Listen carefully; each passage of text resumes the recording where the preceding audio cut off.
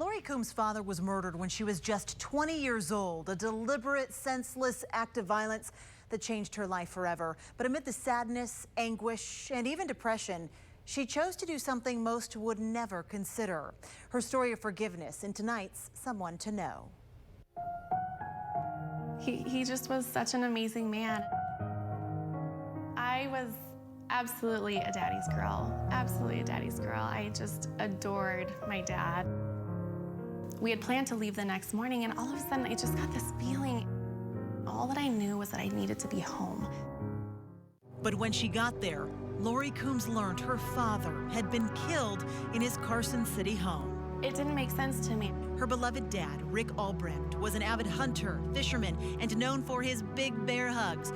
But Rick's relationship with a woman going through a divorce was motivation for her estranged husband to murder.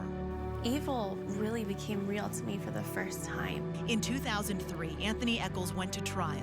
Anytime I would even see his mugshot or his picture in the newspaper even, it would just send chills up my spine. Although sentenced to life in prison without the possibility of parole, I felt like he stole something from me, you know, and not just me, but my entire family. Tomatoes, I think, were here last year. Yeah.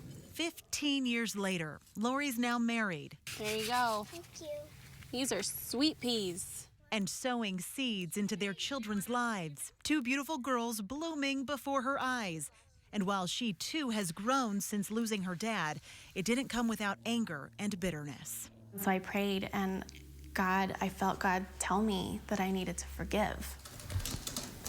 So she reached out to Anthony with a letter peppered with questions, and to her surprise, he wrote back. I just looked at it, and honestly, I didn't even want to touch it. I mean, this was something that he had touched. This was something that, these were his thoughts on the paper, and just the thought of it was just terrible, absolutely terrible. But she wanted answers. Dear Lori, well, I guess this is the letter you've been waiting a year for. I wish we could do this face to face. When you're that angry, you don't realize the damage you're going to do. Serving a sentence at the Northern Nevada Correctional Center, which not only declined our request for an on-camera interview, but also Lori's petition to meet Anthony. So they resorted to the written word and exchanged dozens of letters. But then it got extremely heated. For a while there, it got real intense. I received this one letter in particular where he was blame shifting, saying, well, this happened and this happened and this happened. It's not my fault. Infuriated, but rather than rebuking, Lori says she prayed again and again felt called to forgive. I wrote, I rewrote, I revised my letter, and I told him we may never see eye to eye, but I do want you to know that I forgive you. That's when she noticed a rapid transformation. This is the truth. I did this. This was no accident, and this is something I'm very sorry for. And he now shares with everyone how Lori's forgiveness changed his life. It was like a giant rock was lifted off my back.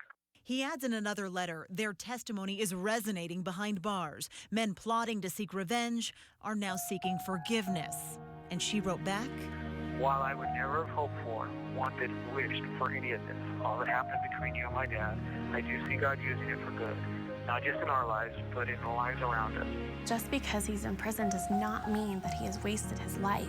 Two people living worlds apart, one tragic event bringing them together on a path of pain and redemption, but ultimately on a journey of forgiveness. Lori wrote this book documenting her journey of forgiveness. It's called Letters from My Father's Murderer, and it'll be released online at Barnes & Noble and at His Word bookstores, just to name a few, tomorrow. Covering the story, Kristen Remington, Channel 2 News.